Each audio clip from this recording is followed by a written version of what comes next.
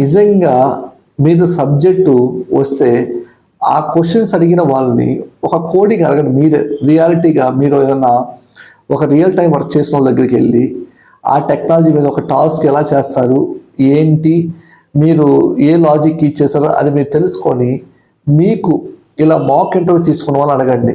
వాళ్ళ నుంచి మీకు ఆన్సర్ ఎలా వస్తుందో మీరు అర్థమైపోద్ది. కాబట్టి మీరు ఇలాంటి మోసాలు డబ్బులు కట్టి మోసపోకండి. ఎందుకంటే బయట చాలామంది ఇలాగా మనీ కట్టి మోసపోతున్నారు. కాబట్టి మాక్ ఇంటర్వ్యూస్ ప్రిపేర్ అవ్వాలి అనుకున్న వాళ్ళు ఎవరు ఏ టెక్నాలజీ మీద వర్క్ చేస్తారో వాళ్ళు మాత్రమే మీకు ప్రాపర్గా ఆ టెక్నాలజీ మీద గైడ్ చేయగలరు.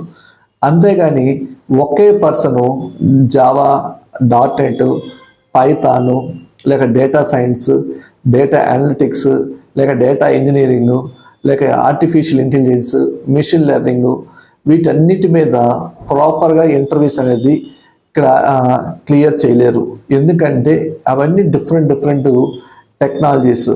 కాబట్టి మీకు అలా చెబుతున్నారు అని అంటే వాళ్ళకి నాలెడ్జీ లేకుండా ఏదో ChatGPT, గూగుల్లో ఇచ్చేసి మీకు చెబుతున్నారు. కాబట్టి ఇలాంటివి ఉంటాయి.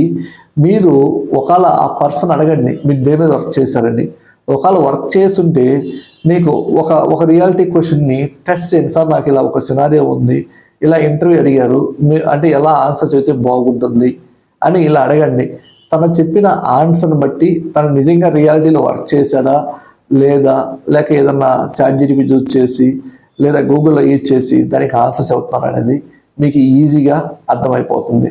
కాబట్టి నాకు తెలిసి మాక్ ఇంటర్వ్యూస్ అనేది ఎవరన్నా చేస్తున్నారంటే ఇన్స్టిట్యూట్లో వాళ్ళు కానీ, ఎందుకంటే ఇన్స్టిట్యూట్లో చేసే వాళ్ళకి ఒక్కో టెక్నాలజీకి ఒక్కో ట్రైనర్ ఉంటారండి. కాబట్టి మీరు ఏం చేయాలంటే వాళ్ళు నిజంగా ఆ ట్రైన్ చేస్తున్నారు వర్కింగ్గా కాదా అని తెలుసుకొని వాళ్ళ దగ్గర మాత్రమే మాక్ ఇంటర్వ్యూస్ అనేది మీరు తీసుకుంటే మీకు హెల్ప్ అయ్యిద్ది.